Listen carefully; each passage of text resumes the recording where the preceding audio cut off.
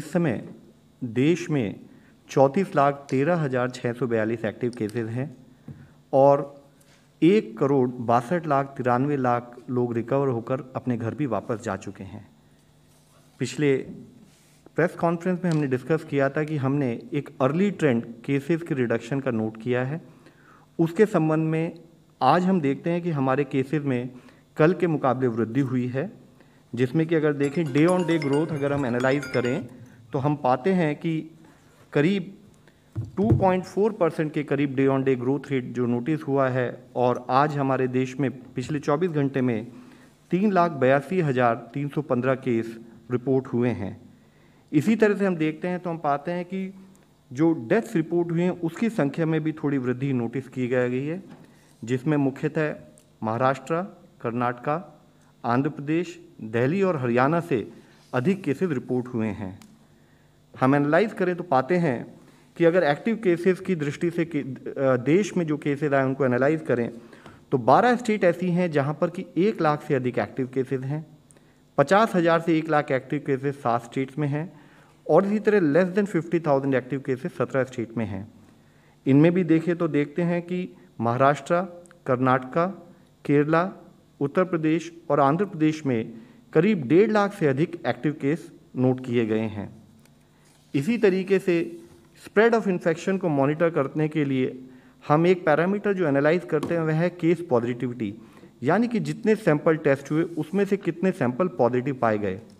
तो उसमें देखें तो पाते हैं कि करीब 24 स्टेट हैं जहां पर कि 15% से अधिक पॉजिटिविटी नोट की जा रही है। 5 से 15% 10 स्टेट्स हैं और लेस देन 5% 3 स्टेट्स हैं। इसमें भी अगर देखें तो पाते हैं कि 10 स्टेट्स ऐसी है जहां पर कि करीब 25% से अधिक केस पॉजिटिविटी है, जिसका अर्थ यह है कि इन पर्टिकुलर स्टेट्स में हमें और अधिक कार्य करने की ज़रूरत है ताकि हम इन्फेक्शन का स्प्रेड प्रिवेंट कर सकें और एक रूट कॉज जो कि हमारे सामने केसेस के रूप में दिखाई देता है उसको हम कंट्रोल कर सकें। हमने पिछली बार डिस्कस किया था कि कुछ स्टेट्स में हमें अर्ली साइंस ऑफ प्लेटोइंग और केसेस का डिक्रीज भी दिखाई दे रहा है। उसके तहत हम देखते हैं तो पाते हैं कि महाराष्ट्र में केसेस में रिडक्शन नोट किया गया है। इसी तरह उत्तर प्रदेश में भी, दिल्ली में भी कुछ केसेस में रिडक्शन नोट किया जा रहा है। छत्तीसगढ़ में भी इसी तरह केसेस में रिडक्शन दिखता है। गुजरात, मध्य प्रदेश, तेलंगाना, झारखंड, दमन एंड दीव, लद्दाख, लक्षद्वीप और अंडमान निकोबार, इन स्टेट और केंद्र शासित प्रदेशों में हम देखते हैं कि एक early signs of reduction note होता है। हालांकि यह बहुत ज़रूरी है समझना कि एक इन्फेक्शियस डिजीज से जब हम डील करते हैं तो एक दिन की ढिलाई हमें पुरानी परिस्थिति पर या early farther spread of infection की दृष्टि में ले जा सकती है। इसलिए ज़रूरी है कि स्टेट्स में और डिस्ट्रिक्ट में इस पर परस्पर कार्य चलता रहे। इसी तरीके से काफ़ी स्टेट्स ऐसी हैं जहां पर एक इंक्रीजिंग ट्रेंड फर्दर नोट किया जा रहा है, जिसमें मुख्यतः कर्नाटका, केरला, तमिलनाडु, आंध्र प्रदेश, वेस्ट बंगाल, राजस्थान, बिहार, ये स्टेट्स हैं। इसी तरीके से अगर आप देखें तो हम पाते हैं कि कुछ ऐसी छोटी हमारी नॉर्थ ईस्ट साइड की जो स्टेट्स है वहाँ पर भी एक इंक्रीजिंग ट्रेंड नोट किया जा रहा है। तो ज़रूरी है कि जिन पर्टिकुलर प्रांतों में चाहे वह केसेस आज कम संख्या में हैं, बट अगर एक इंक्रीजिंग ट्रेंड नोट किया जा रहा है तो हम कंटेन की दृष्टि से कैसे उन केसेस को कंट्रोल करें, कैसे इन्फेक्शन के स्प्रेड को रोकें, उस पर हमारा कार्य हमारा उसी कंटिन्यूड मोमेंटम से चलता रहे, इसकी बहुत आवश्यकता है। इसी के साथ ही हम देखें कि कई जिलों में हमें एक डिक्लाइन इन केसेस पिछले 14 दिनों में नोट किया है, जिसमें मुख्यतः महाराष्ट्र में, पुणे के अंदर, थाने, मुंबई, लातूर, औरंगाबाद, इसी तरह से ऐसे करीब हमारे 11 ज़िले हैं जहां पर कि पिछले 14 दिनों में केसेस में एक कमी को नोट किया जा रहा है। हमारा स्टेट के साथ समन्वय इसी दृष्टि से रहता है कि जिस तरह से केसेस में रिडक्शन नोट किया जा रहा है उसी कंटिन्यू स्पिरिट से हम लोग काम करते रहें और केसेस के इन्फेक्शन के स्प्रेड को रोकें। इसी तरीके से मध्य प्रदेश में हम देखें तो पाते हैं कि कटनी, झबुआ, राजगढ़, सियोनी, भारवानी, गुना, शाजापुर और छिंदवाड़ा में भी केसेस में कुछ हद तक कमी नोट की जा रही है। साथ ही छत्तीसगढ़ में 3 जिलों में, उत्तर प्रदेश में लखनऊ और प्रयागराज में, झारखंड में पाकुड़ जिले में, लद्दाख में और गुजरात में भी केसेस में कुछ कमी नोट की गई है। हम स्टेट के साथ समन्वय करते हुए इस पर और अधिक कार्य करें ताकि वहाँ पर केसेस और इन्फेक्शन स्प्रेड को हम कम कर सकें। इसी के साथ अगर हम देखें तो कुछ एरियाज ऑफ कंसर्न भी इमर्ज होकर आ रहे हैं। जैसे कि हम देखते हैं कि बेंगलुरु में पिछले एक हफ्ते में करीब 1,49,000 केसेस रिपोर्ट हुए हैं। चेन्नई में इसी तरह से 38,000 केसेस रिपोर्ट हुए हैं। साथ ही हम पाते हैं कि कुछ ऐसे ज़िले हैं जहाँ पर कि फर्दर और स्पीडी इंक्रीज इन केसेस भी नोट किया जा रहा है, जिसमें अगर हम मुख्यतः देखें तो पाते हैं कोझिकोड, एर्नाकुलम, गुरुग्राम, इस टाइप के ज़िलों में जहाँ पर कि एक सडन इंक्रीज इन केस को नोट किया जा रहा है। आंध्र प्रदेश में, उत्तराखंड में, महाराष्ट्र में कुछ ऐसे ज़िले हैं जहाँ पर कि केसेस में वृद्धि नोट की गई है। हम स्टेट के साथ समन्वय करते हुए, चर्चा करते हुए कैसे इस इन्फेक्शन के रनअवे इन्फेक्शन को कंट्रोल किया जाए उस पर कार्य कर रहे हैं। इसी तरह श्रीकाकुलम, ईस्ट गोदावरी, केरला के कुछ अन्य ज़िले, कानपुर नगर इन उत्तर प्रदेश, कर्नूल इन आंध्र प्रदेश, ऐसे विशाखापट्टनम इन आंध्र प्रदेश, ऐसे कुछ ज़िलों में भी फर्दर इंक्रीज नोट किया जा रहा है। आज ज़रूरत है कि हम उस पर कार्य करें कि इन्फेक्शन के स्प्रेड को हम कैसे कम कर सकते हैं। कोविड वैक्सीनेशन कार्य त्वरित से चल रहा है, जिसके तहत गवर्नमेंट ऑफ इंडिया के द्वारा करीब 16 करोड़ डोजेज पूरे देश में फ्री अब तक वितरित की जा चुकी हैं, जिसमें कि पीपल अबव 45 ईयर्स को 12.31 crore doses, health care workers को 1.58 करोड़ डोजेज, फ्रंटलाइन वर्कर्स को 2.09 करोड़ डोजेज दी जा चुकी हैं। इन डोजेस को देते हुए जैसे कि हमने लिबरलाइज पॉलिसी 1 मई से शुरू की थी, उसके तहत अब कई स्टेट्स में, करीब 9 स्टेट्स में ये कार्य और सुचारू रूप से चलने लगा है और 6.71 लाख लोगों को 18 से 44 एज ग्रुप में भी वहाँ पर वैक्सीनेशन दिया जा चुका है। अगर एक पॉजिटिव दृष्टि से देखें तो पाते हैं कि हमारी रिकवरीज में भी वृद्धि हो रही है, जबकि हमारे एरियाज ऑफ कंसर्न हमारे सामने हैं जिस पर हमें कार्य करना है। बट पैरेलली हम ये पाते हैं कि 1 मई से हम देखें तो daily new recovery versus daily new cases में कुछ वृद्धि नोट की गई है, जो कि 75% अगर 1 मई को थी तो वह बढ़कर अब 89% रिकवरी हो चुकी है, और जो हमारे लिए एक पॉजिटिव विषय है। आज ज़रूरत है कि हम अपने हेल्थ केयर फैसिलिटीज़ की कैपेसिटीज़ को और बढ़ाएं। बिसाइड्स हमारी कोविड डेडिकेटेड फैसिलिटीज़, ज़रूरी है कि हम आज टियर 2 टाउन्स, टियर 3 टाउन्स में जो हमारे हेल्थ कर्मी हैं उन सभी को कोविड के बारे में समस्त जानकारी हो, जिसके थ्रू वह कोविड के अर्ली आइडेंटिफिकेशन में भी एक तरफ से हमें सपोर्ट करें और साथ में ट्रीटमेंट प्रोटोकॉल में भी जो रिक्वायर्ड ट्रीटमेंट प्रोटोकॉल है, ना अधिक ना कम, उस गति से काम करते हुए उसके तहत हमने एक सेंटर ऑफ एक्सीलेंस इनिशिएटिव शुरू किया है, जिसमें कि national centre of excellence AIIMS Delhi है।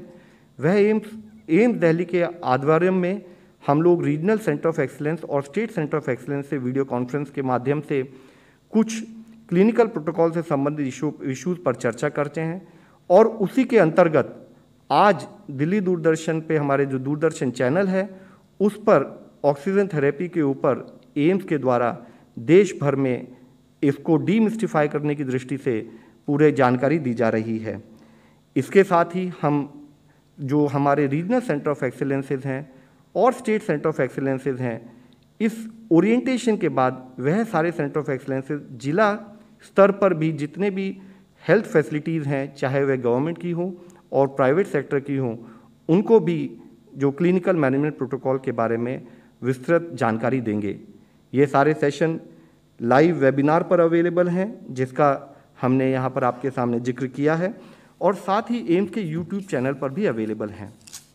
इसमें हम देखें तो पाते हैं कि कुछ हमारे मुख्य टॉपिक जैसे कि होम आइसोलेशन में क्या दवाई ली जानी है, प्लाज्मा थेरेपी के क्या रोल है, oxygen therapy without invasive ventilation कैसे करनी है, वेंटिलेशन और आईसीयू मैनेजमेंट कैसे होना चाहिए, रेमडेसिविर या और जो एंटीवायरल या जो हमारी इमरजेंसी यूज ऑथराइजेशन वाली दवाई हैं उनका कब प्रयोग करना चाहिए, इन्फ्लेमेशन थेरेपी कैसे होनी चाहिए, रेडियोलॉजी टेस्ट और ब्लड इन्वेस्टिगेशन का कोविड-19 में क्या रोल है, इस तरह के विषयों पर डिटेल चर्चा की जाएगी ताकि हमारे देश की मेडिकल कम्युनिटी को हम इस बारे में एक्सप्लेन कर सकें। हम आपके द्वारा सभी से विनती करेंगे कि यह जितनी रिसोर्सेज हैं यह एम्स की वेबसाइट पर भी अवेलेबल हैं। जो कि एम्स जिसका जिक्र हमने आपके सामने किया है, वह वीडियोस के रूप में अवेलेबल हैं, वह यूट्यूब चैनल के रूप में अवेलेबल हैं। ज़रूरी आज यह है कि हम किसी भ्रांति में, किसी पैनिक सिचुएशन में या मिस इन्फॉर्मेशन से भयभीत ना हो। हमें ज़रूरी है कि हम ऑथेंटिक इन्फॉर्मेशन अगर हमें मिल जाए तो हम उसको फॉलो करते हुए इस कोविड जैसी बीमारी से कैसे बचा जाए, उसके लिए रिक्वायर्ड ट्रीटमेंट ले सकें। आज इससे पहले भी हमने कई बार चर्चा की है, कोविड के मैनेजमेंट में यह एक समग्र सरकार और संपूर्ण समाज द्वारा किया जाने वाला कार्य है और इसके लिए जरूरी है कि एक स्थाई पर हम संक्रमण के प्रसार को रोकें, वह हमारा मूल कारण है और इसको कंट्रोल जब तक हम नहीं कर पाएंगे तब तक स्वास्थ्य सेवा का वह बुनियादी ढांचा, यह जो आवश्यक लॉजिस्टिक्स चाहिए, उन पर हमेशा स्ट्रेस बना रहेगा। तो जिस तरह से एक तरफ सरकार की स्थाई पर सप्लाई साइड यानी कि आपूर्ति पक्ष पर काम हो रहा है, जरूरी है कि हम डिमांड साइड यानी कि मांग पक्ष पर भी, उसके मैनेजमेंट पर भी उससे अधिक कार्य करें। यह बहुत ज़रूरी है। हमारे लिए ज़रूरी है कि कलेक्टिवली हम सब लोग मिलकर ट्रांसमिशन की श्रृंखला को तोड़ने पर जरूरी रिक्वायर्ड कार्य करें। और जैसे कि हमने इससे पहले भी आपके सबसे रिक्वेस्ट की है कि जो हमारे प्रदेश, जो हमारे स्टेट्स या ज़िले जहाँ पर अभी संक्रमण कम है, हम वहाँ पर कंटेनमेंट पर अपना फोकस बनाए रखें ताकि वहाँ पर इन्फेक्शन ज़्यादा ना फैले। और जो वो एरिया हैं जहाँ पर कि या तो हाइयर सर्ज नोट किया जा रहा है, ज़्यादा केसेस नोट किए जा रहे हैं या हाई केस पॉजिटिविटी नोट की जा रही है, वहाँ पर ज़रूरी है कि हम इंटेंसिव एक्शन और लोकल कंटेनमेंट पर उसी मोमेंटम से काम करें ताकि हम इन्फेक्शन का फैलाव रोक सकें। आज ज़रूरी है कि जिस तरह से पिछले 1 साल से हम लोग काम करते आ रहे हैं, वह मिशन मोड कंटिन्यूड रहे। ज़रूरी है कि हमारे इन एफर्ट्स में जन भागीदारी, जन आंदोलन, जैसे कि माननीय प्रधानमंत्री जी हमेशा कहते आए हैं, हम उस मोमेंटम को बनाए रखें। जन भागीदारी, जन सपोर्ट से हम इंश्योर करें कि हमारा ट्रांसमिशन और जो ट्रांसमिशन की श्रृंखला है उसके लिए रिक्वायर्ड एक्शन किया जाए। जरूरी है कि अपनी मेडिकल फ्रेटर्निटी के साथ काम करते हुए उचित क्लिनिकल प्रबंधन पर काम करें। हमारा सारा ट्रीटमेंट प्रोटोकॉल के मुताबिक हो। उसके साथ ही ज़रूरी है कि हम जो हमने आइडेंटिफाइड प्रायोरिटी एज ग्रुप लिए हैं उनका 100% टीकाकरण हो। चेन ऑफ ट्रांसमिशन को रोकने में सबसे अधिक सपोर्ट हमारे लिए ज़रूरी है कि हम कोविड सेफ बिहेवियर, कोविड उचित व्यवहार का पालन करें। वह हमारे लिए इतना ज़रूरी है कि जैसे हम इससे पहले भी डिस्कस कर चुके हैं कि ये हमारे एक सोशल वैक्सीन के रूप में काम करेगा और जिसके अंतर्गत हम हमेशा रिक्वेस्ट करते हैं मास्क का उपयोग, 2 गज की दूरी और सैनिटाइजेशन कैसे किया जाए, hand as well as respiratory hygiene कैसे मैनेज किया जाए, मेंटेन किया जाए, उस पर काम करें।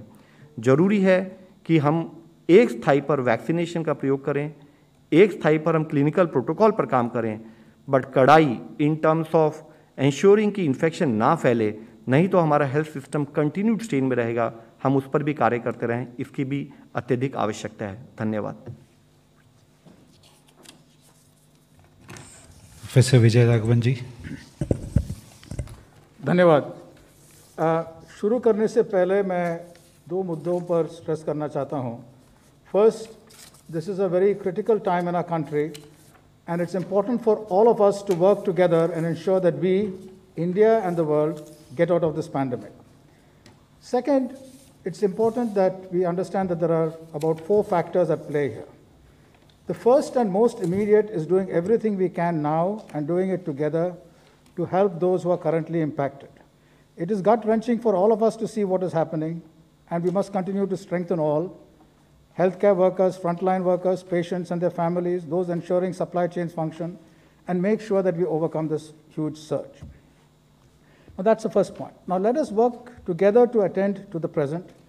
And the next 3 issues which I'm going to talk about are about bringing down the wave, dealing with future ones. The 3 points are, what can we do, what does the virus do, and what do vaccines do? What we can and should do is simply stated, but not easy to implement, as we have seen. Yet the best time for us to change our behavior is now. What we at every level, from individuals, families, communities, local government, state government, central government need to do is to maximally and effectively maintain distance and follow COVID-appropriate behavior. This is critically important distancing can exponentially bring down the spread. The virus can only go from human to human. In each context, therefore, we need to follow COVID-appropriate behavior that is most effective and tailor it to that context. Now, I'll be principally giving an overview on the other points. What does the virus do, and what vaccines and science can do in that context? I will briefly summarize how SARS coronavirus 2 variants emerge and what they mean for us, and what they mean for us going ahead. Dr. Sujit Singh, Director NCDC, and Dr. Renu Swarup, Secretary, Department of Biotechnology, will elaborate on the variants under investigation and of concern in India. Let me just summarize the key conclusions before I go on. First, we need to do what we need to do does not change because of the variants. Masks and distancing are critical and most effective. Given the higher transmissibility of some variants, this is most important, but it is the same message. The variants do not alter the message. The variants are transmitted the same way as the original strain. It does not have other properties of new kinds of transmission in the air or anything like that. It just infects humans in a manner which makes it more transmissible because it gains entry, makes more copies, and goes out again, the same way as the original one. Second, vaccines are effective against the current variants. Third, new variants will arise all over the world and in India too. While variants which increase transmission will likely plateau, immune-evasive variants and those which lower or increase disease severity will arise going ahead. Finally, scientists in India and all over the world are working to anticipate these kinds of variants and act against them rapidly by early warning and developing modified tools. This is an intense research program which is happening in India and abroad. Now let us look at variants and the huge second wave. Many factors contributed to this large wave, and variants are but one factor. Now, why did the first wave decline? Let us understand that first. And why did the second wave start? Why is it so severe?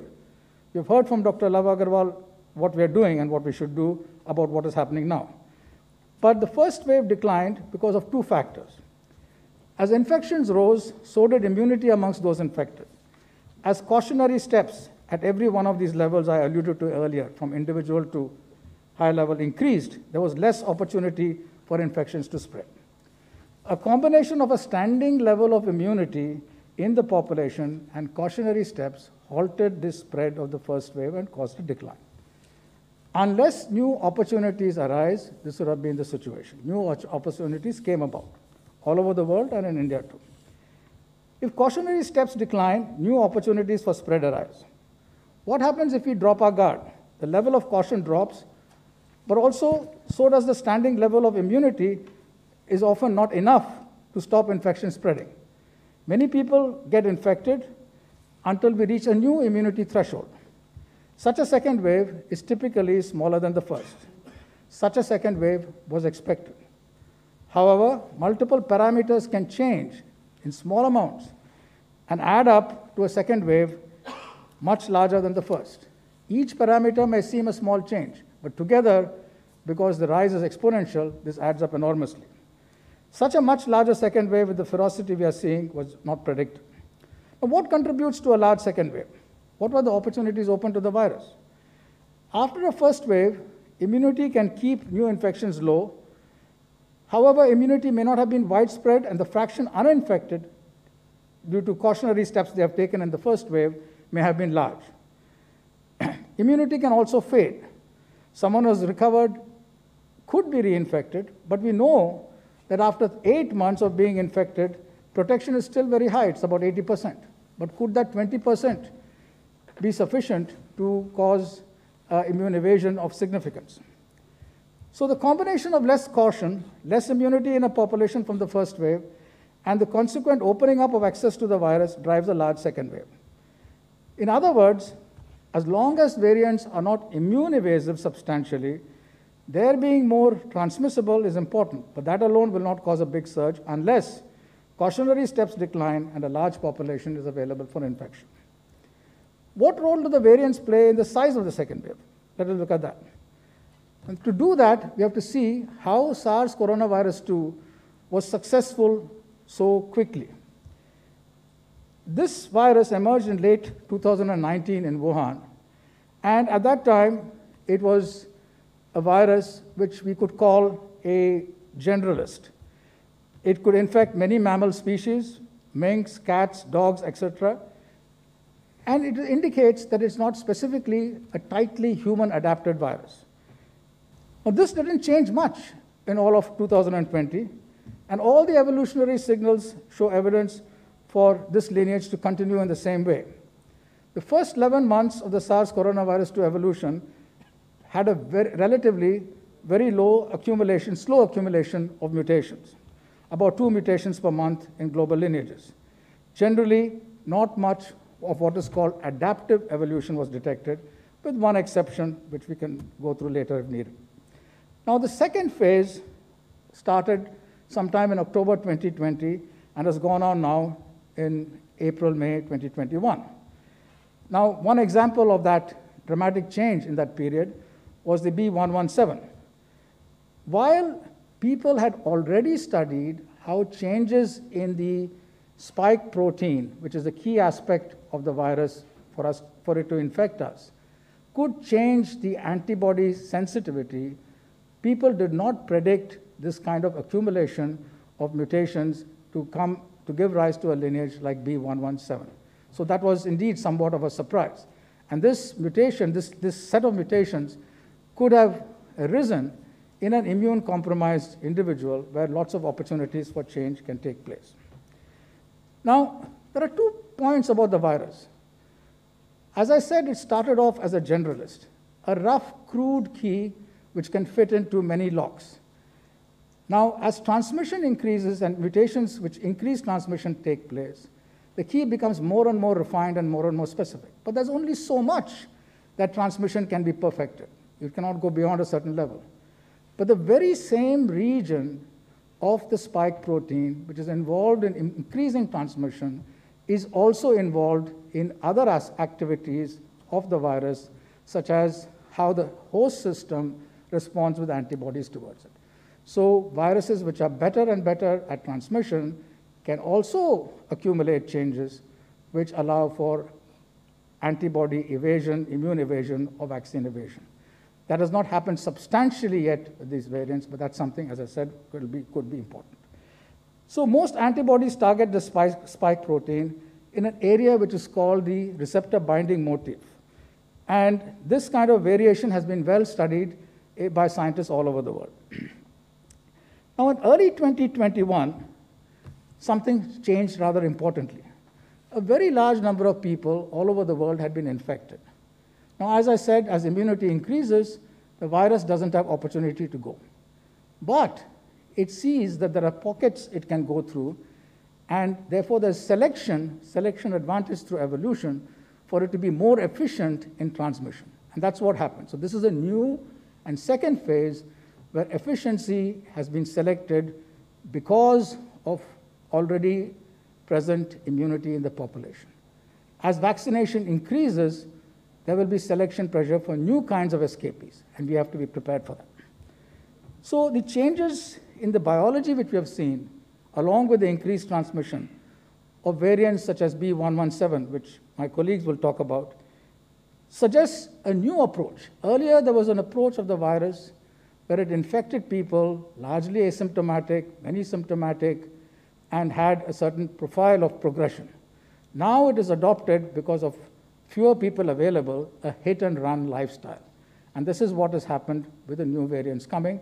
So far, they're still not antibody immune system evasive or vaccine evasive, and yet these are the kinds of changes which are important to keep a watch over. So phase 1 was, as I said, a generalist approach of the virus, and phase 2 has fitter viruses with arising out of increased host immunity due to previous infections. Now, we must keep in mind that variants of concern represent better adaptation to humans and triggered by human population. So it is not just something which the virus is doing. And therefore, everything which we can do to prevent the virus's spread, to lower its transmissibility, is absolutely very, very critical. So this is something which we need to look at going forward. Now, what next? Where does SARS coronavirus 2 go from here? A phase 3 is inevitable, given the high levels of circulating virus. But it's not clear on what time scale this phase 3 will occur. Hopefully, incrementally, but we should prepare for new waves. Previous infections and vaccines will cause adaptive pressure on the virus for new kinds of changes which try to escape it. And therefore, we should be prepared scientifically to take care of that. So B117, other variants like 617 are accumulating changes which show excellent vaccines, on which vaccines show excellent efficacy, but ongoing surveillance is needed and vaccine updates as we go ahead with new kinds of variants are inevitable. So let me end by saying, why do we care about SARS coronavirus 2 variants? They may be more transmissible, but there's not too much we can do about that. We have to adapt our behavior. They might be less recognized by immunity. Now that's very bad too, but we can potentially upgrade vaccines and have different kinds of strategies as new variants come. Only sometimes does viral evolution erode immunity very rapidly. For example, for measles, it doesn't erode at all. For influenza, it happens much more rapidly. SARS coronavirus 2 looks like it is somewhere in between, and it will keep changing. So we have to be prepared with changes in our strategy in terms of vaccines and other kinds of situations. So what scientists are doing, let me end here, is to make a map in the laboratory of all possible changes which can happen in the virus and see how these changes can affect immune evasion and vaccine evasion. So we are both theoretically and in the laboratory, by national and international work, going to be much better prepared for potential changes which can be immune system and vaccine evasive. Till then, we have to do what I started off by saying, change, make sure our lifestyle has masks and distancing fully. Vaccines are effective. Vaccines scale up steadily and linearly, but our behavior can change exponentially. So we must change our behavior while we wait for vaccines for everyone to be vaccinated. New variants will arise all over the world and in India too, which will increase in transmission, but that will plateau. But immune evasive variants will come as we go along, which will alter disease to make more or less severe. So our scientists are prepared to deal with that. Meanwhile, we should do what we can do. So as I said, we are all working to anticipate these kinds of changes from a scientific perspective. And meanwhile, we must attend to the immediate with great urgency and also deal with collectively our behavior so that we squelch this exponential rise in other parts of the country. Thank you. Secretary, Department of Biotechnology, Ms. Renu Swarup. Thank you very much. And I will now briefly summarize to you what the government's efforts have been working with various scientific research institutes, hospitals and others across the country to do a better understanding of what this entire virus is. As we've heard, SARS-CoV-2 is basically a virus. We all know that by now. And viruses, by their nature, by their biology, mutate. Mutations are not new to a virus. And to take this forward, it's important for us to understand the virus and understand what really is the virus going to do and how do we handle it. So last year in 2020, when we did have this pandemic, that is when the whole effort on understanding the virus began. In fact, in April last year itself, a Sentinel genomic surveillance, a genomic sequencing initiative within the country began by all the various research groups who are competent to do it, Department of Biotechnology, the Council of Scientific and Industrial Research, ICMR, state laboratories, and collectively, over a period of about 5 to 6 months, we did do about 6,000 to 7,000 sequences. This was to understand that pan-India, what really are we getting from this virus? The indications that we had were very clear that there was no major mutation which had come in. There was D614G which was seen but which had no clinical correlations. Now we need to understand here that we are looking at a molecular surveillance, but unless and until it is correlated with the epidemiological data, with the clinical data, there is independently, it does not have any significance unless we see the clinical correlation. And while we were doing this, and that's when globally also this virus was infecting a large number of people, and that's when we got the information about the virus, which was noted by United Kingdoms, which was then called the UK variant. So wherever they were identified and noted first, they were called by the country of where they were identified. We had the information on the UK strain which was come in, that is 117. And we quickly, and we have to also remember that it was noted by the UK, but it took them about 2 to 3 months to do the clinical correlation before it actually became a variant of concern. Now, when does it become a variant of concern? That is when we have sufficient data to tell us that this is going to impact clinically on the virus. And till then, when we see any of such variations coming in, which would probably, as we said, mutation is something that happens naturally. There would be hundreds of mutations happening. But when that mutation goes on to a specific point of the gene sequence where it could impact, then it becomes a variant under investigation. It goes through the investigation. When it gets clinically correlated, then it becomes a variant of concern. Based on that, we did start our work in immediately taking up the travelers, international travelers, and then we planned out a strategy which my colleague Dr. Sujit Singh will run you through a presentation and give you the full information. But I think what is important for us to understand is that this exercise that we did, when we have these 3 variants of concern, we then also in late February, early March, we had indications of these variants under investigation, which may cause, clinically the data needs to be looked at. The clinical correlations began, interactions with the state governments, which he will share with you. This was also put onto the global database. And that's when this variant of interest got a global lineage, the 617 as we call it. Now this was important. Why was it important? It was important because this information which came from our Indian scientists helped to guide the global community that such a variant of interest exists. And that's when they started looking for it within their own countries. Today we have about 16 other countries which are also reporting this strain. So this mutation could be anywhere. It's only where it gets identified is where what's important, and that's how globally they look at it. So I will hand it over to Dr. Sujit Singh, who will take you through the details about INSAGOG, which was the consortium which got launched. As I said before that, these were sentinel sites.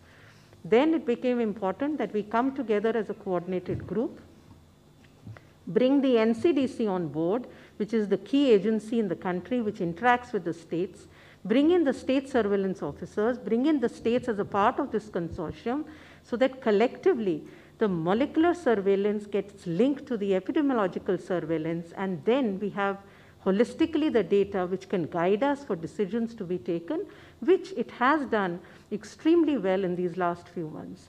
So I will hand it over to Dr. Sujit to give us the details about how the INSAGOG has functioned over these last few months. Over to Sujit. Thank you, madam, and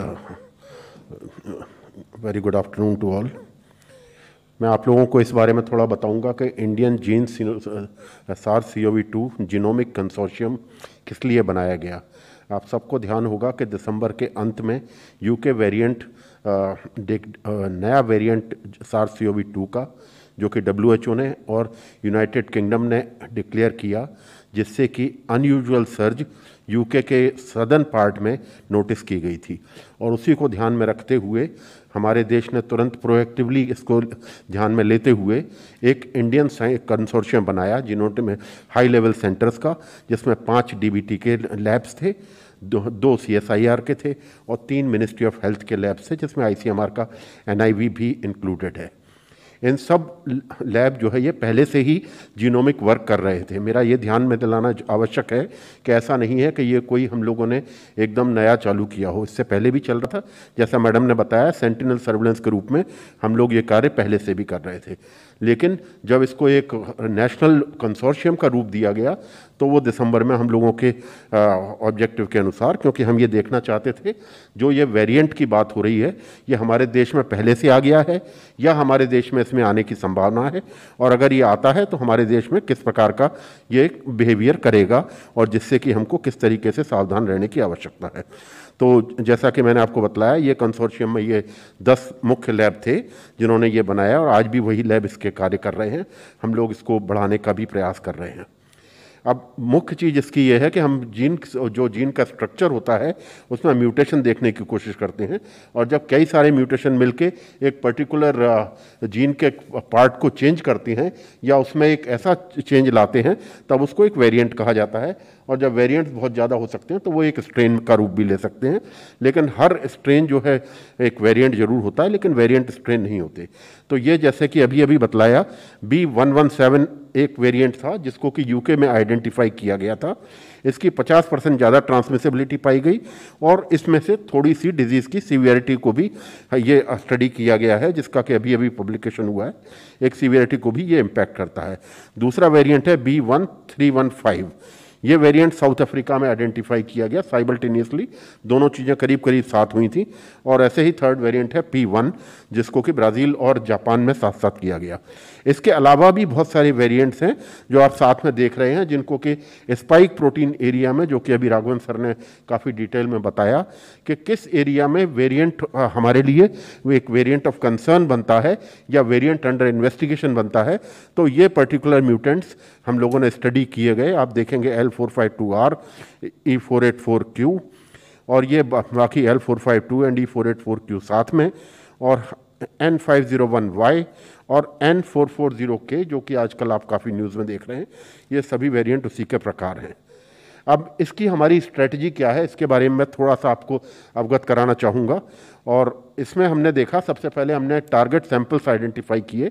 international travellers हमारा पहला group था, क्योंकि हमको सबसे पहले ये देखना था जो विदेश से आने वाले लोग हैं उनके थ्रू कोई विदेशी नया वेरिएंट हमारे देश में तो नहीं आ जाता। तो ये इंटरनेशनल पैसेंजर्स का जो विदेशों से आ रहे थे उनका ध्यान किया गया, और उसमें हमने कंट्री ऑफ ओरिजिन, जिस कंट्री में से वो आ रहे हैं, उनका वैक्सीनेशन स्टेटस, ट्रैवल हिस्ट्री, बाकी चीज़ों का ध्यान रखा। दूसरे कैटेगरी हमारे सैंपल्स हैं कम्युनिटी सैंपल्स, जिसमें मैं ध्यान दिलाना चाहूँगा कि हमारे 2 प्रकार के सैंपल्स को हमने टारगेट किया। नंबर 1, वो स्टेट और वो डिस्ट्रिक्ट जहाँ पे कि आउटब्रेक्स नोट हो रहे हैं या एक्सपोनेंशियल राइज नोट किया जा रहा है। जैसा कि आपने देखा होगा कि जनवरी के अंत में, फरवरी के शुरू में महाराष्ट्र के काफ़ी सारे डिस्ट्रिक्ट और पंजाब के डिस्ट्रिक्ट ने एक एक्सपोनेंशियल सर्ज दिया। उसको नोट करने के लिए ये हमारे उसके रिप्रेजेंटेटिव सैंपल्स को हमने टारगेट किया। और इसी प्रकार अगर क्लिनिकल सीवियरिटी कहीं ज़्यादा मिलती है तो उसमें भी हम समझने के लिए कि ये किसी वेरिएंट के द्वारा तो नहीं है, एक जीनोमिक सीक्वेंस को भी वह टारगेट करते हैं। दूसरा है हमारा सेंटिनल साइट। ये हमारा ऑनगोइंग सर्वेलेंस सिस्टम है और ये आगे भी कंटिन्यू रहेगा, क्योंकि जो नए नए वेरिएंट, जैसा कि अभी राघवन सर ने बताया, आरएनए वायरस में म्यूटेशन होना एक स्वाभाविक प्रक्रिया है और उस म्यूटेशन पे निगाह रखना एक बहुत ही आवश्यक चीज़ है, जिससे कि हमें समझने में मदद मिले कि ये वेरिएंट किस प्रकार से आगे बिहेव कर रहे हैं। तीसरी हमारी कैटेगरी है री इन्फेक्शन वाली, जिसको कि आप सभी जानते हैं और ये काफ़ी कुछ लोगों के ध्यान में रहता है कि री इन्फेक्शन हो गया, पहले भी हुआ था नवंबर में, अभी दोबारा हो गया। इसी प्रकार किसी वैक्सीनेटेड लोगों में जो इन्फेक्शन होता है उसमें भी हम ये देखने की कोशिश करते हैं क्या उसमें री इन्फेक्शन या कोई नया वेरिएंट तो नहीं है। अब इसके लिए जो हमने एसओपी निर्धारित की, जो कि मैं आप लोगों को ध्यान में दिलाना चाहूँगा, पहला काम है राइट सैंपल हमारे लैब तक पहुँचना, और इसमें हमारा आईडीएसपी का नेटवर्क जो कि जिले जिले तक फैला हुआ है वो इसमें को कार्य में मदद करता है कि राइट सैंपल राइट जगह से लेके और उसको लैब तक पहुँचाए। दूसरा हमारा होता है जो लैब में सीक्वेंसिंग करते हैं, वो सीक्वेंसिंग बेसिकली 3 चीज़ों को आइडेंटिफाई करने के लिए करते हैं। नंबर 1 वेरिएंट ऑफ कंसर्न, जो आपने अभी देखा 3 हैं, और अब एक हमारा B1617 भी है। और इसी प्रकार हम पहली चीज़ होती है एक वेरिएंट ऑफ कंसर्न, दूसरा होता है वेरिएंट ऑफ इंटरेस्ट। इस वेरिएंट ऑफ इंटरेस्ट में जो 3-4 वेरिएंट जब इंटरनेशनल कम्युनिटी इसको आइडेंटिफाई करके जीसेट के एक्सपर्ट्स इसको नोटिफाई करते हैं या WHO इंडिकेट करता है, तब इसको एक वेरिएंट अंडर इन्वेस्टिगेशन कहा जाता है। और उसको इन्वेस्टिगेशन के बाद एपिडेमियोलॉजिकल और क्लिनिकल कोरिलेशन के बाद उसको एक नाम दिया जाता है कि वेदर वेरिएंट ऑफ कंसर्न है कि नहीं है।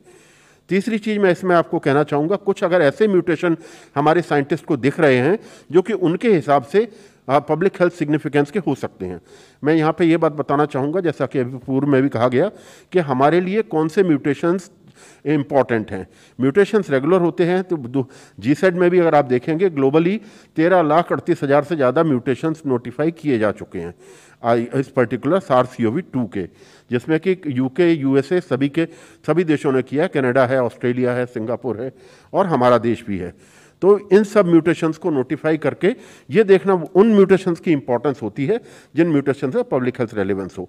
तो अगर साइंटिस्ट उसको नोट करते हैं तो वो एक साइंटिफिक एडवाइजरी ग्रुप मिनिस्ट्री ने कॉन्स्टिट्यूट किया है, उसके एक्सपर्ट्स के पास ले जाते हैं, वो इसके ऊपर डेलिब्रेट करते हैं और अगर वो पाते हैं कि ये पर्टिकुलर म्यूटेशंस या म्यूटेशंस का ग्रुप या वेरिएंट ये एक पब्लिक हेल्थ रेलेवेंस का हो सकता है तो वो एनसीडीसी को, सेंट्रल सर्विलेंस यूनिट को नोटिफाई करते हैं और नोटिफाई करने के बाद एनसीडीसी के लोग स्टेट सर्विलेंस के लोगों के साथ मिलके या डिस्ट्रिक्ट वालों के साथ मिलके उस पर्टिकुलर कैटेगरी से सैंपल हम और उठाने की कोशिश करते हैं और कोशिश करते हैं कि इसको एक बेहतर तरीके से समझा जाए।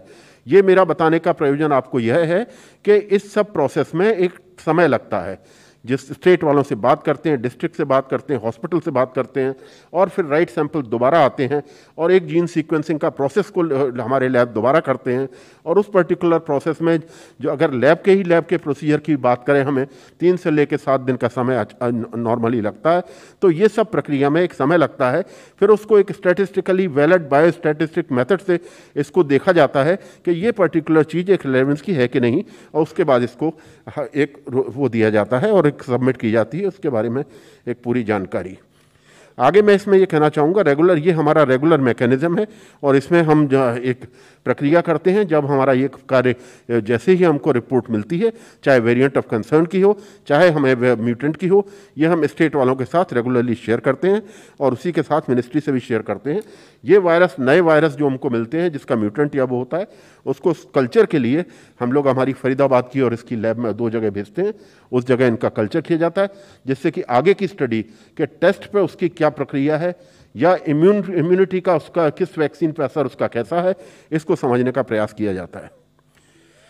अब इस जीनोमिक सर्विलेंस का इम्प्लीकेशन क्या है, मैं ये आपको इसलिए बताना चाहता हूँ कि ये हम वेरिएंट की काफ़ी बात करते हैं और इसके लिए हमें ये देखना चाहिए कि वेरिएंट हमारे लिए किस चीज़ रूप में वो इम्पॉर्टेंट है। हम देखते हैं कि डिजीज़ एपिडेमियोलॉजी के हिसाब से जो कि टाइम प्लेस पर्सन डिस्ट्रीब्यूशन है, क्या नया वेरिएंट का किसी एज ग्रुप में ज़्यादा इम्पैक्ट है, बच्चों में ज़्यादा इम्पैक्ट है, एडल्ट्स में ज़्यादा इम्पैक्ट है। तो इसको समझने के प्रयास के लिए हम लोग इसको देखते हैं। दूसरा है ट्रांसमिसिबिलिटी, जिसको कि काफ़ी डिटेल में स्टडी किया गया है वेरिएंट्स में और ये एक मुख्य कारण है जो कि हमको एक्सपोनेंशियल ग्रोथ को समझने का एक नया तरीका देता है और इससे हम डिजीज़ ट्रेंड को कोरिलेट करते हैं और देखते हैं कि किस प्रपोर्शन में वेरिएंट बढ़ रहा है और किस प्रपोर्शन में डिजीज़ बढ़ रही है।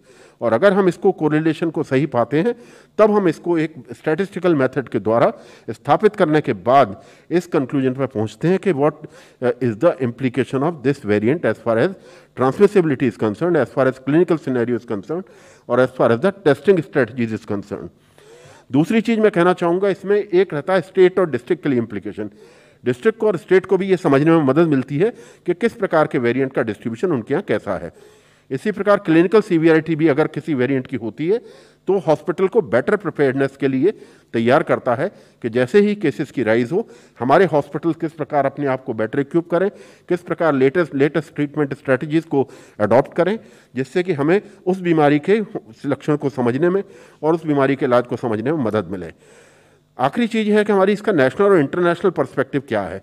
नेशनल मैंने आपको सबको बताया, जैसा कि अभी हम देख ही रहे हैं रोजाना किस प्रकार हम प्रेस ब्रीफिंग में स्टेट से इंटरेक्शन में इस चीज़ को साझा करते हैं और इससे स्टेट को इस बार की जानकारी देने की कोशिश करते हैं कि उनके स्टेट में, उनके डिस्ट्रिक्ट में और दूसरे स्टेट्स में किस प्रकार का हमारे यहाँ सिनेरियो चल रहा है। दूसरी चीज़ इंटरनेशनल में, जैसा कि राघवन सर ने शुरू में बताया कि जब तक कोई भी कंट्री इससे इन्फेक्टेड है तब तक हम अपने देश को सेफ नहीं मान सकते। तो इस पर्टिकुलर म्यूटेशन का, वेरिएंट का और सर्ज का एक बहुत बड़ा इंटरनेशनल रेमिफिकेशन भी है, क्योंकि हम IHR के सिग्नेटरी हैं। इसलिए हमारी जिम्मेदारी बनती है कि हम अपने देश में जो हो रहा है वो हम दूसरे देश वालों से साझा करें और दूसरे देश की जानकारी को साझा करके अपने देश में देखें कि वो किस प्रकार का हम लोगों को इम्पैक्ट दे रहा है। ये मैं आपके सामने चार्ट रखना चाहूँगा जिससे ये बताए आज की तारीख में अगर हम देखें तो हमारे पूरे के पूरे स्टेट्स में वेरिएंट हमारे डिस्ट्रीब्यूटेड हैं, जिनमें कि हमारे चारों वेरिएंट जो ऑफ कंसर्न जो कि आपको दिखाए गए हैं, इसमें 3,990 करीब आज की तारीख में हमारे वेरिएंट जो हमने आइडेंटिफाई किए हैं। 18,453 हम लोगों ने सीक्वेंस किए हैं आज तक की तारीख में, और इसमें आप देखेंगे कि दोनों ही प्रकार के सैंपल्स हैं, कम्युनिटी वाले सैंपल्स भी हैं और इसमें हमारे इंटरनेशनल ट्रैवलर्स और उनके कॉन्टैक्ट के भी सैंपल्स हैं। अगर आप इसमें डिटेल में देखना चाहेंगे तो आपको ये अनुभव होगा कि इसमें हमारे 3-4 प्रदेश अलग से निकल के आते हैं, जिसमें महाराष्ट्र है और जिसमें पंजाब है, जिसमें हमारा दिल्ली है और जिसमें हमारा बिहार, आंध्र प्रदेश और तेलंगाना है। बाकी इसके डिटेल्स आपके सामने। अगर आपको इसको इसी चीज़ को अगर जोग्राफिकली देखना चाहेंगे आप, तो प्रेवलेंस ऑफ डिफरेंट स्टेट्स में या फिर आपको मैप के जरिए दिखाया जाएगा कि किस प्रकार ये हमारे नोन जो वेरिएंट हैं वो और इंटरनेशनल वेरिएंट हैं वो किस प्रकार से डिस्ट्रीब्यूटेड हैं भारत के विभिन्न क्षेत्रों में। नॉर्थ ईस्ट के पार्ट में हमारे यहाँ आज की तारीख में काफ़ी कम इस वेरिएंट्स का वो है। अब आएंगे हम इसकी पब्लिक हेल्थ इन्फॉर्मेशन को हम कैसे शेयर करते हैं, इसके बारे में आप लोगों को जानकारी देना चाहूँगा। न केवल हम जैसे ही हमको लैब से इन्फॉर्मेशन मिलती है, हम स्टेट सर्वेलेंस ऑफिसर से तुरंत वो इन्फॉर्मेशन वेरिएंट ऑफ कंसर्न की कि किस डिस्ट्रिक्ट के किस पर्टिकुलर सैंपल्स में हमें वो इन्फॉर्मेशन मिली, या जिस एयरपोर्ट से अगर इंटरनेशनल ट्रैवलर आया है तो उस एयरपोर्ट से हम उसके डिटेल्स लेके उसको उस पर्टिकुलर स्टेट को ये इन्फॉर्मेशन देते हैं। और वो स्टेट को ये वो भी देते हैं हम, क्योंकि हम उसके लिए ये आवश्यक है कि उस पर्टिकुलर वेरिएंट का उनके डिस्ट्रिक्ट में क्या प्रभाव पड़ रहा है, जिससे कि वो सर्वेलेंस से ये देखने की कोशिश करें कि ये वेरिएंट जो उनके डिस्ट्रिक्ट में पाए गए उससे कोई उनको अनयूजुअल सर्ज तो नहीं मिल रही, और अगर सर्ज वगैरह उनको मिलती है तो वो उससे हम रिपीटेडली हमको साझा करते हैं और फिर हम उसको एपिडेमियोलॉजिकल कोरिलेशन करने की कोशिश करते हैं। इसके अलावा हम लोग दूसरे एक और हमारा तरीका है स्टेट से शेयर करने का कि जैसे ही हमारा वेरिएंट्स का और सर्ज का एक वो बनता है, एक रूप बनता है, तो हम उनसे डायरेक्ट डिस्कशन करते हैं कि ये पर्टिकुलर आपके किस डिस्ट्रिक्ट के सैंपल्स हैं या किस डिस्ट्रिक्ट में आपको इस प्रकार का आउटब्रेक या एक्सपोनेंशियल ग्रोथ मिल रहा है, तो उस पर्टिकुलर डिस्ट्रिक्ट के कौन से सैंपल्स हमारे लिए रेलेवेंट हैं। बिकॉज इसमें मैं आपको ध्यान दिलाना चाहूँगा कि क्योंकि सीक्वेंस हमारी एक लिमिटेड सैंपल्स की होती है, तो रिप्रेजेंटेटिव सैंपल हमारे लिए बहुत ही ज़्यादा मायने रखता है। इसलिए हम स्टेट सर्वेलेंस ऑफिसर और डिस्ट्रिक्ट वालों के साथ मिलकर राइट सैंपल्स मंगवाते हैं और उनकी सीटी वैल्यू वगैरह देख के तब उसको हम जीनोम सीक्वेंसिंग के लिए प्रोसेस करते हैं।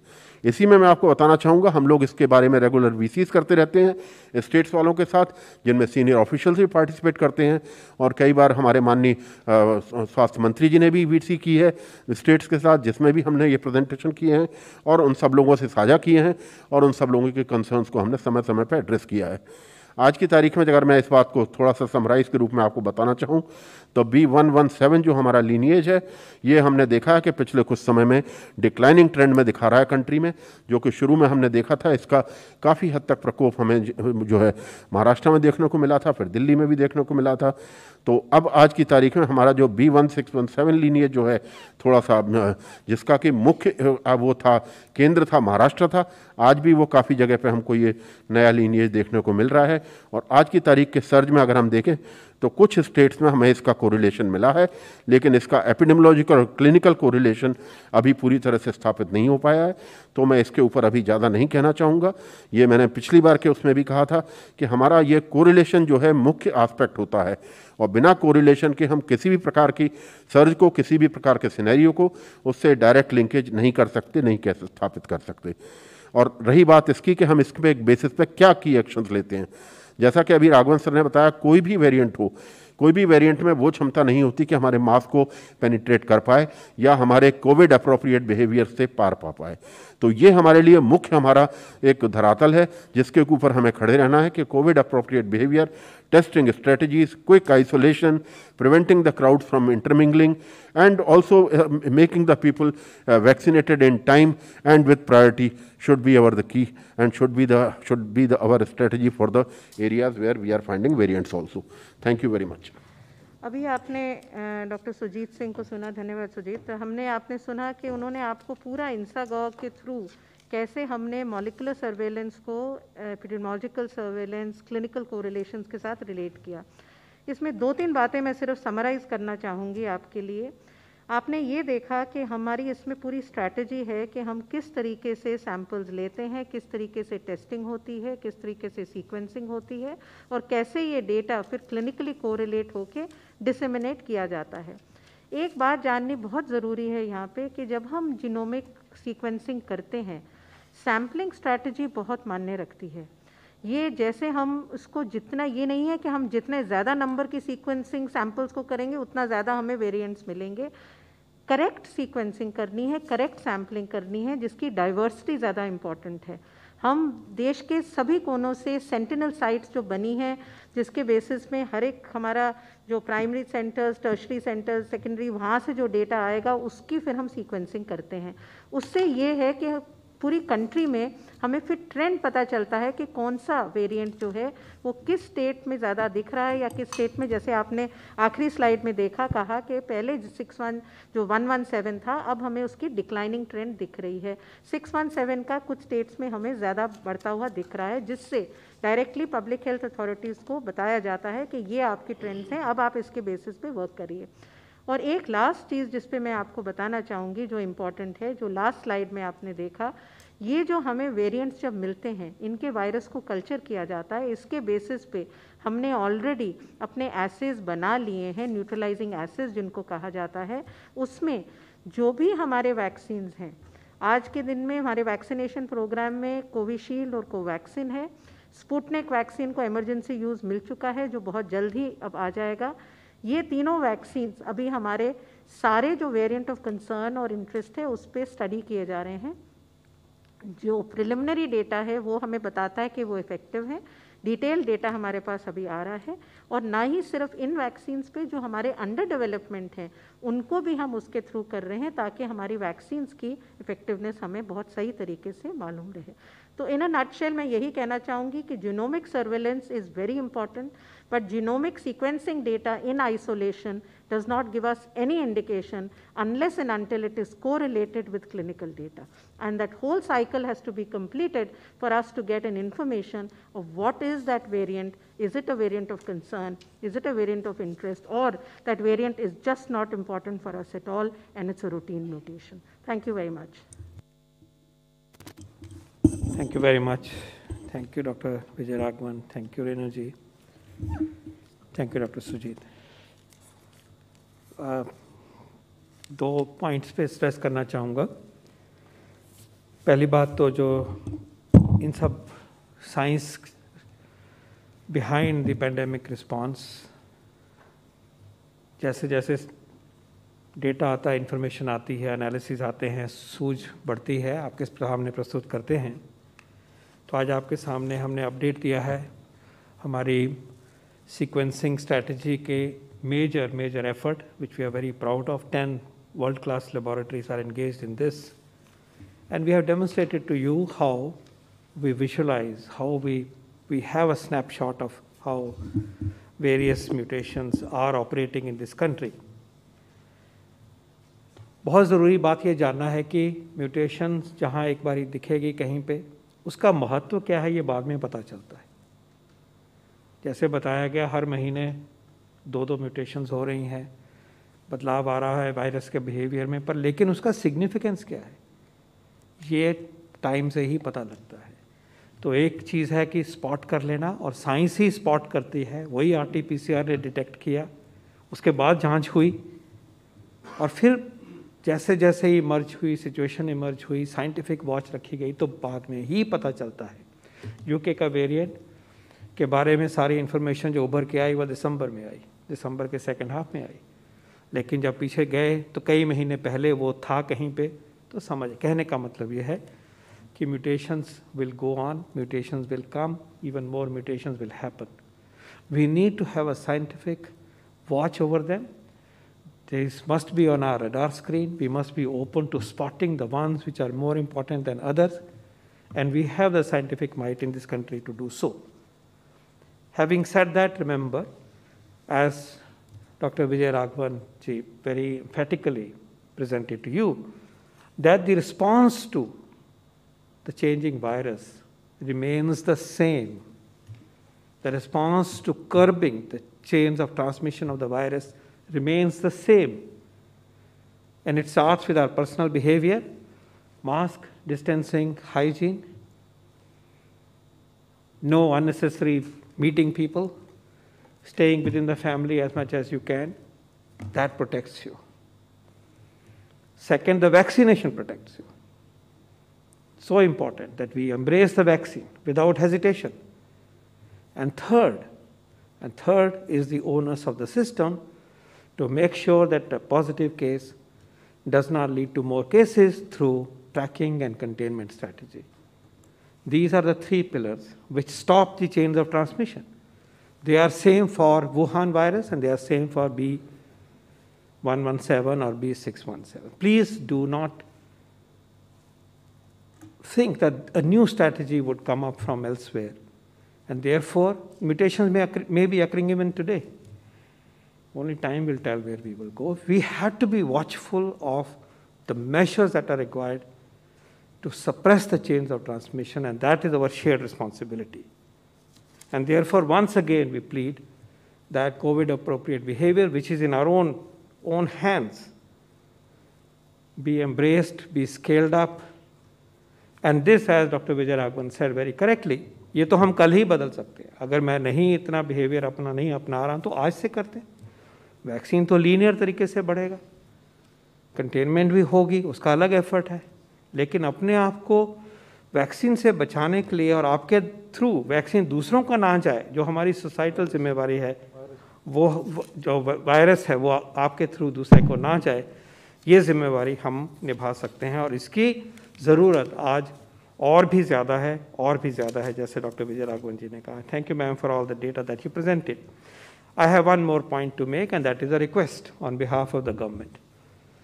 Our request is that we need physicians fraternity to come forward to provide teleconsultations to people, to families at home.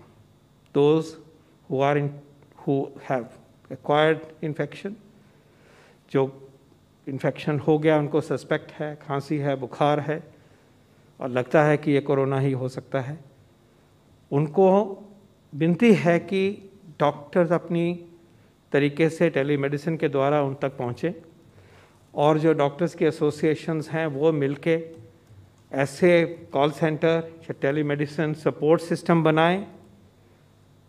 हमें ये नहीं मालूम होता कि हम किसको फ़ोन करें, कहाँ जाएं, कौन से नंबर पे करें, क्योंकि गिवन द सर्कमस्टांसेस क्लिनिक्स शायद बंद हो गए हैं, हर व्यक्ति का कोई पर्सनल डॉक्टर से कांटेक्ट हो ऐसा नहीं होता. इसलिए हमें पॉपुलराइज करना है कि वॉलंटरी या इवन पेड हमारे जो प्रैक्टिशनर्स हैं, हमारे जो डॉक्टर्स हैं, कलीग्स हैं, स्पेशलिस्ट हैं, और कोरोना की जो देखभाल घर में है उसके लिए कोई स्पेशलिस्ट की ज़रूरत नहीं है. वो जनरल फिजिशियन भी कर सकते हैं, वो सर्जन भी कर सकते हैं, वो स्पेशलिस्ट कार्डियोलॉजिस्ट भी कर सकते हैं, और फिर कमिंग बैक जनरल फिजिशियन भी इंटर्न भी कर सकते हैं, मेडिकल स्टूडेंट्स भी अंडर गाइडेंस कर सकते हैं. तो ये हमें एक माहौल पैदा करना है कि हम सबको अगर ज़रूरत पड़ती है तो सामने हो कि मैं यहाँ फ़ोन करूँ, चाहे वो एक हेल्पलाइन बन जाए, मल्टीपल हेल्पलाइंस बन जाए, चाहे इंडिविजुअल्स का नाम आए जो अखबार में आ जाए, या पता लगे कि यहाँ इस शहर में किसको फ़ोन कर सकते हैं, या स्टेट लेवल पे ऐसा सिस्टम बने. इसकी बहुत ज़रूरत है. लगभग सब स्टेट्स ने अपने तरीके से ऐसी हेल्पलाइंस बनाई हुई हैं, लेकिन उसको कॉम्प्लीमेंट करने की ज़रूरत है. तो एक रिक्वेस्ट है कि ऐसे जो फिजिशियन कम्युनिटी है, हमारे हेल्थ केयर प्रोफेशनल्स की टीम्स हैं, इसमें जुड़ें तो बहुत मदद होगी, क्योंकि अभी हमने बहुत आगे तक इस लड़ाई को करना है.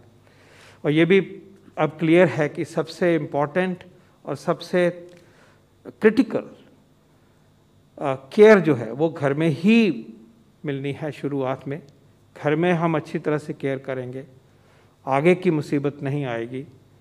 ये सपोर्ट हमें प्रोवाइड करने के लिए हेल्थ प्रोफेशनल्स को आगे आना चाहिए और उनके साथ जुड़ना चाहिए.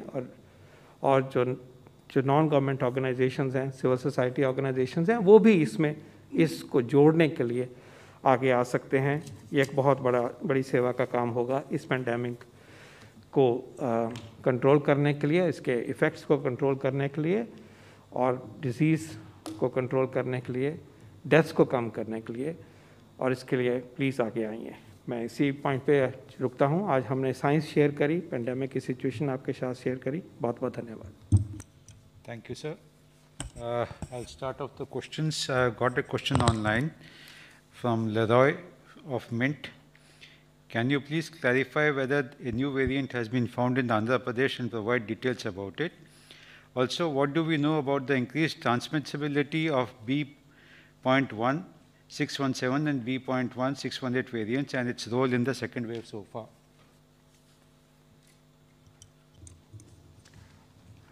The variant that is being talked about, there is no new variant. The one that we have brought out is clearly the 617.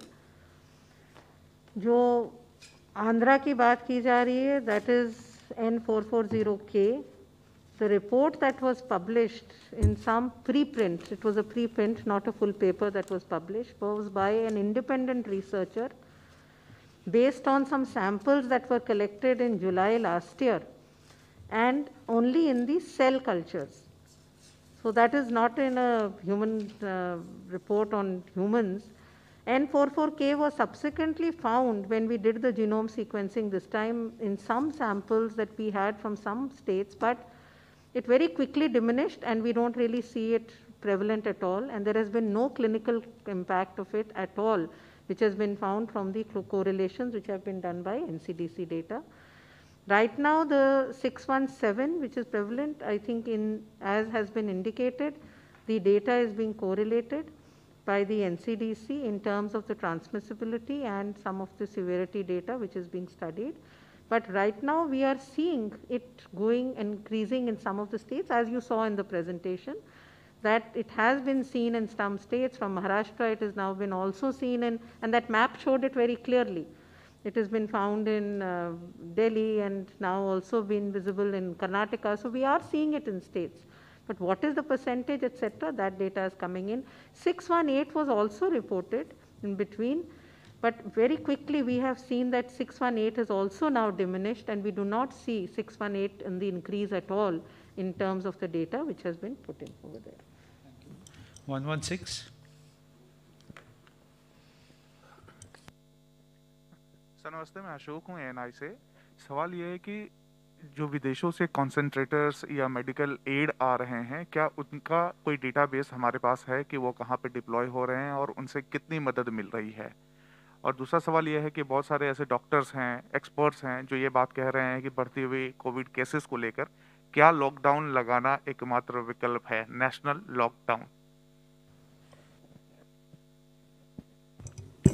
विदेशों से जो भी एड आई है वह एड हमारे जो मंत्रालय लेवल पर एडिशनल सेक्रेटरी लेवल पर एक ग्रुप बना हुआ है, जिसमें कि एक इंटर मिनिस्ट्रियल कंसल्टेटिव अप्रोच के थ्रू, जैसे कि उसमें कुछ डिप्यूटेड जॉइंट सेक्रेटरी लेवल के अधिकारी हैं, मिनिस्ट्री ऑफ एक्सटर्नल अफेयर्स के अधिकारी हैं, कस्टम्स के लोग हैं, सिविल एविएशन के लोग हैं, साथ ही हमारे टेक्निकल विंग है, ताकि जो एड वहाँ से आई है वह कहाँ पर किस हॉस्पिटल में सूटेबल रहेगी उसकी गाइडलाइंस को उन लोगों ने बनाया, और उसके साथ ही जो भी एड आई है वह रेस्पेक्टिवली उन हॉस्पिटल्स में जहाँ पर की इमीडिएट नीड फील की गई है वहाँ पर पहुँचाई भी जा रही है। इसका एक डिटेल्ड प्रेस रिलीज कल PIB ने इशू किया है। All the details are available.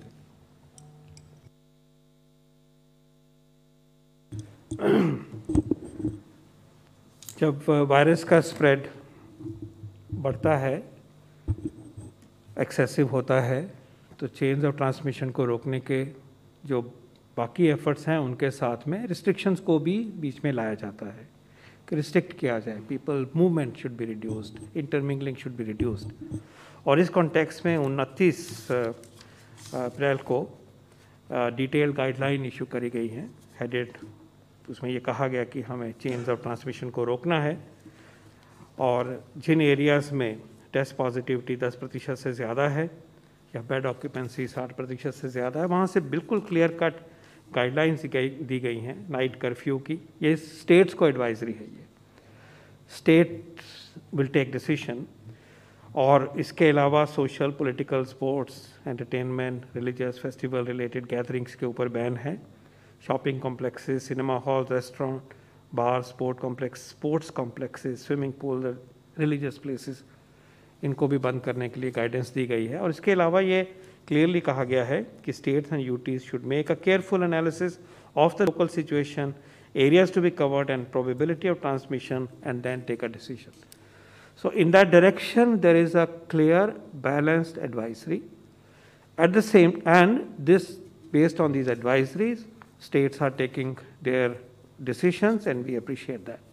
At the same time, in addition to this range of restrictions, if anything more is required, those options are always being discussed, and those decisions as required will be taken.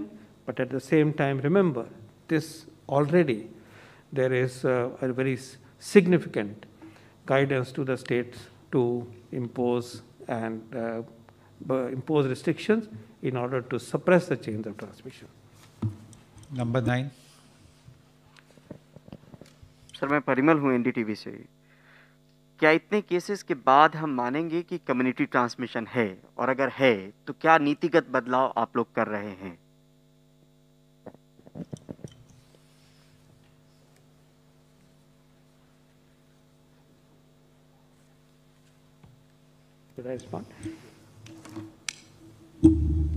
देखिए, जैसे पहले इस पंच से कई बार कहा गया है कि ये जो टर्मिनोलॉजीज हैं, इनका कोई स्टैंडर्ड, कोई डेफिनेशंस वगैरह का इशू हमेशा रहता है कि हैं या नहीं है. What we have highlighted repeatedly our approach to pandemic control, and that approach has the 5 limbs, and in addition the aspect of restriction that we just now talked about, 5 being testing, tracking and containment, clinical care, COVID appropriate behavior, and vaccination.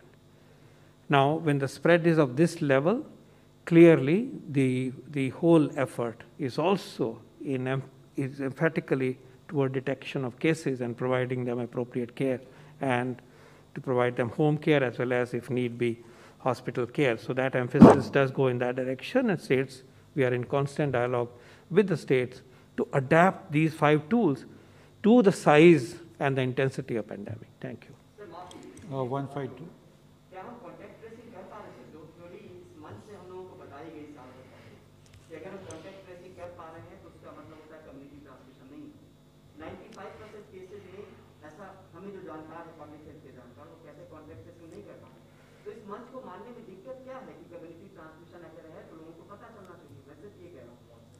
Everything is not uniform across the country, and it should not be presented as one approach. An approach depends on the level of transmission.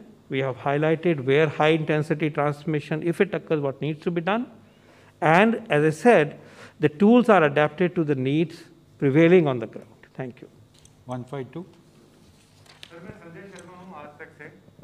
मेरा सवाल ये है कि अभी भी जो विदेशों से अपने पास कंसंट्रेटर और ऑक्सीजन और तमाम चीज़ें आ रही हैं या इक्विपमेंट्स, कस्टम क्लियरेंस में उसमें 3 से 5 दिन लग रहे हैं। कोर्ट भी कह चुका है कि जो काम 3 से 5 घंटे में होना चाहिए वो 3 से 5 दिन क्यों लग रहे हैं? क्या उसमें कोई स्ट्रेटेजी में बदलाव आ रहा है कि जल्दी से जल्दी हो जाए? और जीएसटी को लेकर तो शायद ये कन्फ्यूजन है, मतलब सुना जा रहा है कि जीएसटी सरकार ने उस पर इम्पोर्ट टैक्स और जीएसटी इनमें कटौती कर दी है। See, the Ministry of Finance has repeatedly clarified that they are clearing it within 3 to 5 hours. There are press releases, there are tweets on this, there are PIB releases on this, and yesterday's press release also covers this. Kindly see that. Sir मैं इसमें बताना चाहूँगा, जो आपका प्रश्न है ये भ्रांति है। जैसे कि हमारे कुलीग ने बताया है, एक पूरा डेडिकेटेड सेल इस पर काम कर रहा है, जिसमें कि रेलेवेंट मिनिस्ट्रीज़ के सारे अधिकारी लोग जुड़े हुए हैं, और जो भी एड आ रही है वह जिस गाइडलाइंस के तहत जो एग्जाम्पशन दी गई हैं, उनके एग्जाम्पशन के तहत उनको रिक्वायर्ड परमिशन टाइम पर दी जा रही है। यहाँ तक भी कोऑर्डिनेटेड एफर्ट किए जा रहे हैं कि जैसे मान लीजिए कि कोई पर्टिकुलर प्लेन लैंड करता है, उसका अलॉटमेंट उससे पहले ही प्लान्ड होता है, और HLL जो कि हमारा ट्रांसपोर्टेशन देख रहा है, जो हमारा एक PSU है, वह वहाँ पर ऑलरेडी अपने व्हीकल्स के साथ या चाहे वह फोर्सेस के विमान हो, ताकि अगर हमें दूर के प्रांतों में भेजना है, ऑटोमेटिकली जैसे ही वहाँ पर चीज़ लैंड करती है, लैंड करने के बाद उसको ज़रूरत होती है तो पैक और अनपैक करके उसको सेग्रीगेट करके फिर रीपैक करके कुछ ही घंटों के अंदर वह अपने गंतव्य के लिए रवाना हो जाता है। Sir, I have received another online question. While ICMR has recommended rapid antigen test to detect COVID-19, people have apprehensions about it as they believe RT-PCR is more reliable and many a times there is variance in results. Can you kindly clarify on this, sir? See, the rapid antigen test has its own place. It complements RT-PCR, and conversely, RT-PCR can complement RAT test when available. RAT test, rapid antigen test, is highly useful in surveillance activities, in containment zones, in screening people where there is a likelihood of transmission. So this is something which we have steadfastly and repeatedly highlighted, that this is a tool available to us for mounting effective containment and surveillance activity, and that still stands. At the same time, rapid antigen test becomes useful once there is a high intensity of infection such that a large number of individuals are coming with symptoms. Just as there is this is a present situation in many states and cities where positivity rate is 30%, 35%, 25%. In those situations, this test becomes useful for a quick diagnosis. कि आप आए, rapid test कर लिया, उसका 1 घंटे से कम में आपको जवाब मिल गया, पॉजिटिव होने के चांस हाई हैं, जल्दी से आइडेंटिफाई हो गए, उसके तरीके से इलाज शुरू करते हैं, घर में इलाज करना है या जो भी ज़रूरत है तो शुरू हो जाता है। तो in this situation rapid antigen test is also useful diagnostic test for the purpose of triaging and screening. So it complements the RT-PCR, which is the gold standard, but in the given circumstances, it also takes up the role as a diagnostic modality in addition to the surveillance activities. Number 50. Sir मैं आमिर हूँ news nation से। दो सवाल हैं sir, अहम सवाल। पहला तो ये कि कोविशील्ड हो या फिर कोवैक्सीन हो, इसको लेकर के जो लोग आज लगातार अपनी वैक्सीन लगवा रहे हैं उनके अंदर एक सवाल है। सवाल ये है कि वो ये जानना चाहते हैं कि कोवैक्सीन या कोविशील्ड लगाने के बाद वो कितने दिन रेस्ट करें, घर पे कितने दिन रेस्ट करें, क्योंकि वो अगर बाहर भी जा रहे हैं और मूवमेंट कर रहे हैं तो उससे उनको कितना नुकसान हो सकता है, या वर्कआउट करना चाह रहे हैं, किस तरह की इस पर एक सवाल है। दूसरा सवाल ये है कि जानवरों से क्या ये स्प्रेड हो रहा है, ये जो भी इस पर आप बता सकते हैं। जानवरों से कोई स्प्रेड नहीं हो रहा, this is human to human transmission.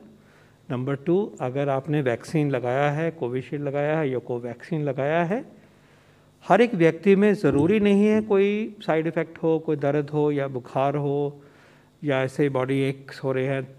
अगर ये सब कुछ नहीं है, कोई रेस्ट करने की ज़रूरत नहीं है, काम करिए, काम पे आइए, काम करिए। हाँ, ज़रूरत हुई, अगर आपको दर्द हो रहा है, एक आधे दिन के लिए मामूली हरारत है, तो आप उसी के मुताबिक उसमें जितना आप अपने आप को आराम करना उचित समझें वो करिए। और कई बार बुखार थोड़ा ज़्यादा है तो पैरासीटामोल की भी ज़रूरत पड़ सकती है, rarely, uncommonly. Generally these are great vaccine, they are safe vaccine without any side effect, and therefore your default response is कि टीका लगाइए, वहाँ 30 मिनट आपसे आराम ज़रूर करवाते हैं हम, उसके बाद में काम करिए। लेकिन कुछ ऐसा है तो उसके मुताबिक अपने शरीर को जैसे आप उचित समझें उस तरह का रेस्ट की करेंगे। इसमें कोई जनरल एक गाइडेंस कोई नहीं है कि आप रेस्ट करेंगे या ये काम नहीं करेंगे। धन्यवाद। Thank you, sir. With this, we close the press conference. Thank you, friends.